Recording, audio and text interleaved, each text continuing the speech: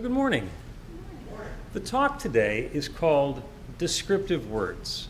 And there's a neighbor of ours who's an artist, and her art business is called Adverbly. And she makes greeting cards that have adverbs on them, somethingly, thoughtfully, lovingly, helpfully, etc. And it's really touching, and again, it kind of gets you thinking about what kind of adverb can you use to describe the life either that you're having or that you want to be having. And there's a fun little story because we knew that she was a neighbor. We didn't know she was an artist. Our daughter was going to these pop-up flea market sale kind of things and had been at the booth next to her forever and knew her business, and they knew each other's business, but didn't know that we were connected. And it turns out that they have a little doodle dog that's the same size as Oliver, the same age as Oliver, and they play together. So we finally connected this together, and it turns out what a wonderful small world it is. But adverbs are some of those words that describe the kind of life that we're having. Because in the world around us, stuff happens. And stuff is actually an official term. Ernest Holmes used it in the Science of Mind textbook to talk about divine stuff. So there's all this stuff that turns into things. So stuff happens. Sometimes we use another word, sometimes one that starts with S, to say that it happens. So stuff happens, and then we tell a story. And then what kind of story that we tell, most of the time we think that that depends on what the stuff was, but a lot of times it also depends on the sorts of stories we like to tell. Is our story going to be a drama? Oh my God, you're not going to believe this story. Oh, this is what happened to me. Let me tell you every little detail along the way. And when I'm done telling you, I'm going to go tell somebody else because it's dramatic. Maybe it's a love story. Oh, it's so wonderful. That touching, wonderful, lovely thing happened. Maybe it's a horror story. Maybe the story that we're telling is a horror story. It's, this thing seemed like it was about to happen, and I was dreading that it might happen, and I had an ominous premonition, and it happened. And if that's the sort of story that we're telling, we're really good at telling stories. Maybe your story is a romantic comedy. Have a little rom-com, going through misunderstanding people, missing the communication, going in one door when somebody's coming out the other door. Maybe your story is a triumphant documentary. This is how the wonderful thing happened, and let me tell you the great story about how we overcame adversity and triumphed. And it doesn't have to have the drama in it at all. It's about an idea and perseverance and moving forward. And you probably know what sorts of stories other people in your life tell. You're able to pigeonhole them and say, well, that person tells dramatic stories a lot. And this person tells adventure stories a lot. And this person speaks from the codependent Bible of, oh my God, you're not going to believe it. And we all do that. And it's less likely that we're aware of the sort of stories that we tell ourselves. But we do. We do. And we use descriptive words to tell our story. And everybody does. Words are what we use to communicate the ideas that we have in our head and in our heart to get those ideas implanted in other people. Adjectives are words that describe nouns. Nouns are people, places, and things. And adjectives describe nouns. And some adjectives are beautiful, or fun, or boring, or destructive. He was, she was, it was, they were. Fun or boring, destructive or beautiful. And sometimes we're just reporting the news. Sometimes we observe what happened and we're describing what happened, and that is our explanation of the story. And other times it's much more personal. Other times it's much more about what am I interpreting? What am I bringing to this story? Is the way that I'm observing it, the perspective that I have, and the language that I tend to use coloring the story? Is it possible that somebody else would tell the same story in a different way? In other words, they're adverbs. And I thought adverbs were always describing verbs, but they're not. They're adverbs describe everything other than nouns. And those are the ones that end with an ly. Joyously, delightfully. Aren't those fun? Joyously. Joyously. Say joyously, and you can't help but smile. Delightfully. Then there's horribly. Fatally. And those all describe other words. And those are the ways that that's like the box of crayons that we're using to color in the story. The story is the framework of what happened. And then we get to color it in with the words that we're going to be using. Remember Mad Libs? You know, it gives you like the framework of a story, and you get to fill in. You need an adverb. You need a person's name. You need a professional sports activity. And you fill in the blanks, and you're not actually telling the story. You're flavoring the story. You're coloring the story. And if you put in all sorts of negative, unhappy, horribly words in there, then you're going to wind up with an unhappy version of the story, probably, because the Mad Libs people are pretty good at approaching it backwards, so you can't necessarily guess what you're going to be doing. And if you put all sorts of happy, wonderful, joyous, uplifting words in there, it's going to tell the story in a different way. Might even tell a different story. So think of an adjective. Adjectives are describing nouns. Beautiful, fun, horrible, nasty, ugly, unintended. My life was adjective, and now it's adjective. My life was... What was your life? And now it's... Yeah, and it could be my life was amazing, and now it sucks. Or my life was horrible, and now it's amazing. And we're using the same words, and it's the same story. We're telling it differently, and maybe it means something different. We can always take the catalog of the stuff that's happened to us and use that to decide which adjectives we're going to be using. Horrible, sick, impoverished, lonely, or all that potential. Ready, eager, anticipating, available. The same thing. Impoverished. I'm ready to make some money. You can tell the story either way. So what's your story? And what's the story arc? Because we've had the experience, we've had the Mad Lib that we've had up until now. And we are free to tell the story in whatever way we want. And by the way, we're free to repeat the story over and over and over again. Sometimes it's helpful to tell a story to get it out, to disconnect from it, to take the energy of the story and get it outside of ourselves. And that's really helpful. I'm not going to minimize the value and the importance of doing that, without being able to acknowledge the experience that we've had and be able to move into it and then move beyond it. Because a lot of times what happens, if things happen and we don't acknowledge that they happen, then we store them. We take an experience we had or a feeling we had, and if we're not willing to deal with it right now, we put it someplace in our body to store it for later. It's called trauma. And eventually, if we wait long enough, the traumas will all add up, and we will wind up having challenges and issues and difficulties in our lives because all of that stuff is up against the dam. So it is important to let those things flow, to let them through. It is, however, not necessary, once we've acknowledged the horrible thing that happened, what she said to me in high school, what happened in that first job interview. Once we let go, once we address the energy and the experience that we had, we can let it go. We do not have to tell this story over and over and over again, just because we can. In radical forgiveness, we retell the story and we reframe it. We are able to tell the same story from the perspective of not, this is the trauma that happened to me, this is the horrible thing, these are the people to blame, but this is how my personal growth came about. And this is how I was able to move beyond that and go into something next. So we get to decide, not necessarily the story, because what happened, happened. And sometimes the things that happened are horrible. And sometimes if you take 100 people and you tell them all the story, they're all going to say it was horrible. So okay, congratulations, you have a horrible story. Now what?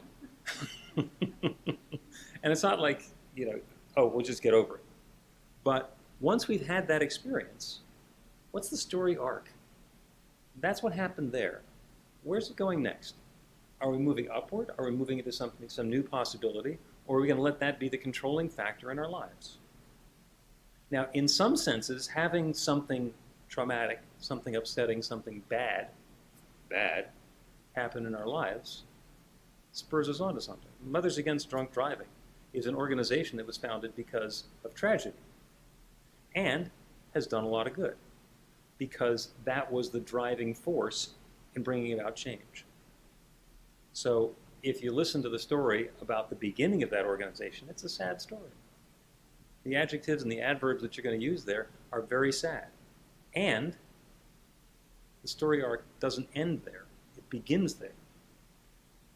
So what's your story? What's your story arc? And based on everything that's happened up until now, what are we inviting next? Another Mad Lib, adverb this time. Everything was going adverbly, and after the shift, it's going adverbly. Now, the shift can be an earthquake that opens up the ground and swallows the village. So everything was fine, everything was going along wonderfully until suddenly, after the shift, everything's going horribly. But usually the stories that we're telling are not that dramatic, that catastrophic, that physical, or that black and white. Sometimes the stories that we're telling are filled with nuance, and there's different subtleties that are going on in there. And the question is, in the story, what does it mean to you? If you enjoy roller coasters, then going on a roller coaster is wonderful, delightful, joyous, and fun. If you do not like roller coasters, then it's horrible, awful, scary, terrifying. The beginning of an I wet my pants story. Yeah, thank you, Joe. Choose your bodily fluids. You can tell a different story about anything. An oil well. That's what happened to Jed Clampett, the Beverly Hillbillies. Struck oil. Suddenly he went from being completely impoverished to being a millionaire out in Beverly Hills. Then again, an oil well is pretty toxic. So the thought of having one of those in our backyard, good news, bad news, who can tell? The story that we tell about the activity is much more important than the activity. I'll give you a few more. Parachute jump. Some people think, oh, that sounds like fun. Some people think, if I were in a plane that was heading for the ground, parachute jump, that'd be a great one. Other people say, under no circumstances am I going to jump out of a perfectly good plane. Other things that are getting into the news. The stories that we tell. Assault rifle. They get such a bad rap these days, and assault rifles are awful. When somebody carries an assault rifle into a public space, bad. When our soldiers take the same weapon and they go into a hostile environment to bring peace, they know what they're doing, they use the tools in the proper way, and they can be helped. So the charge that we have about an assault rifle has everything to do with the stories that we've heard, the stories that we tell about that particular device, and not necessarily about the device itself. Here's one, very personal, public speaking. Some people hate public speaking. Oh my God. I can't imagine getting in front of a group of people and talking to them. Other people love it. I was in a group of practitioners, and some of them were very nervous about public speaking. And they said, do you get nervous with public speaking? And I thought for a second, because I spent a lot of time in the broadcast business. I did a radio morning show. And I thought, be really glib. I'm pretty good at it. I'm very comfortable public speaking. I said, when the group gets to be more than about 150,000 people, I really start second guessing myself. And it's true, because if you waste a minute and it's 5 people, you've wasted 5 person minutes. When it's 150,000 people, that's a lot of wasted time. okay?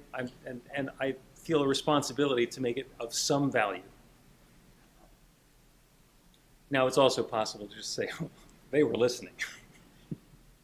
For some reason, they thought what I was saying was important, so it's not on me.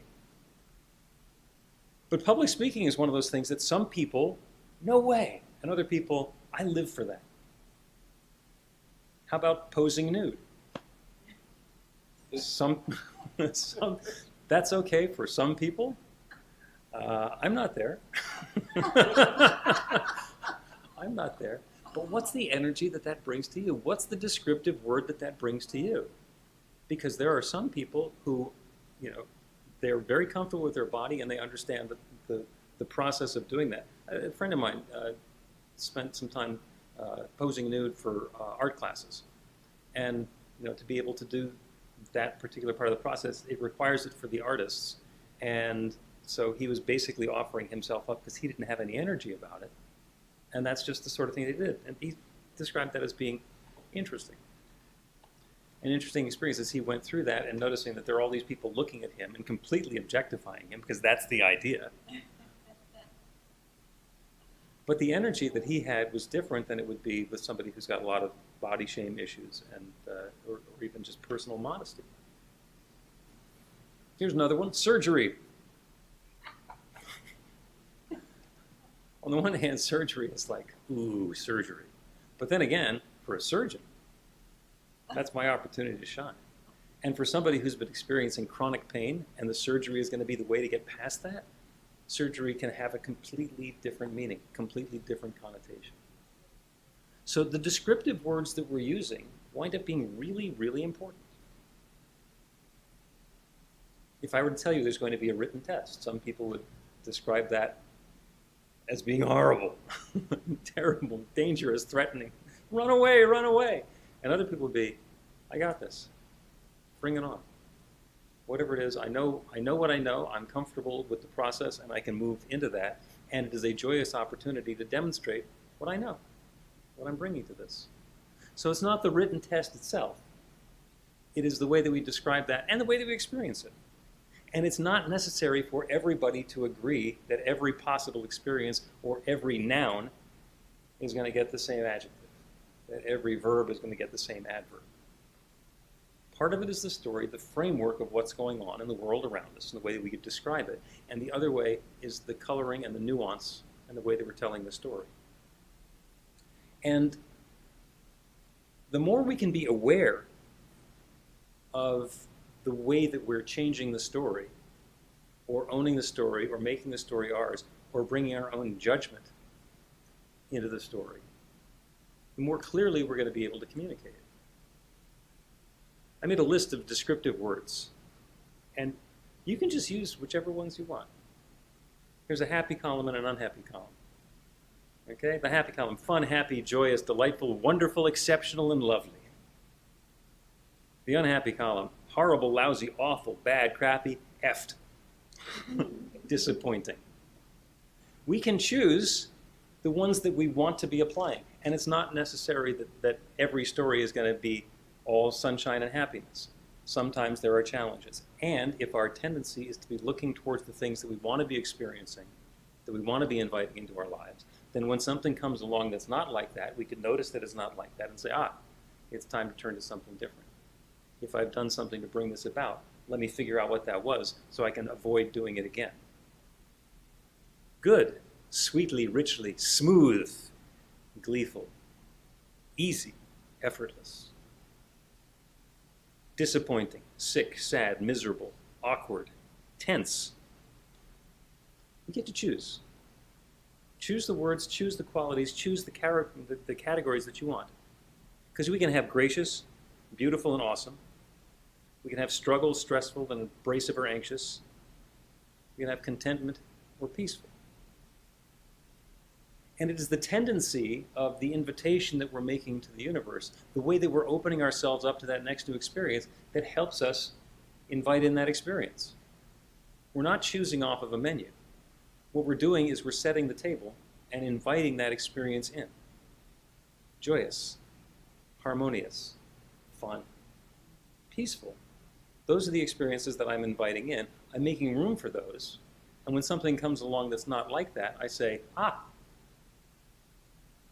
you got to move on. I'm waiting for peaceful and harmonious. Peaceful and harmonious is going to be here now. The descriptive words that we're using are really important. They begin the process that we're having of creating that next new experience. So choose them well. Choose the ones that fit you. And if you're going to be doing something exciting and new, you get to decide how you want to describe that. Because scuba diving, parachuting, and rappelling are not for everyone. If it's the sort of thing that you don't want to do, you can describe that however it is that you want and do what is going to bring uplift and fulfillment to your life. Because you deserve all that good and all of these wonderful words in the ways that they show up for you. Because you are beautiful. So it is.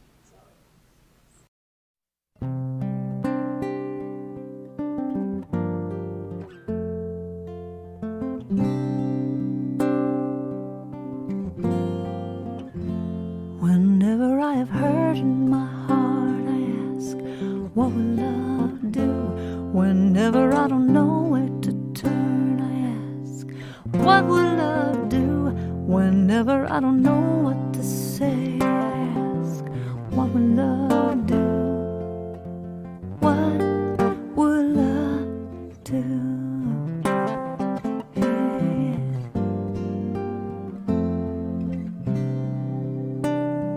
Anytime that I'm stuck in my pain, I ask, what will love do? Anytime that I feel ashamed, I ask, what will love do? Anytime I can't find my truth, I ask, what will love do? What will love do?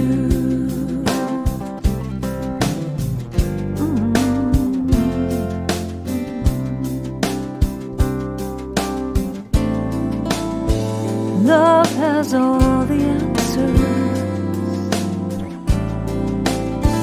Love makes no demands.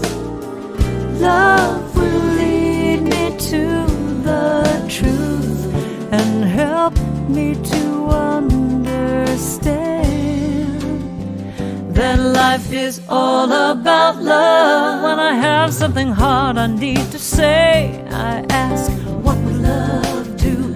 When it seems another block is in my way, I ask, what would love do?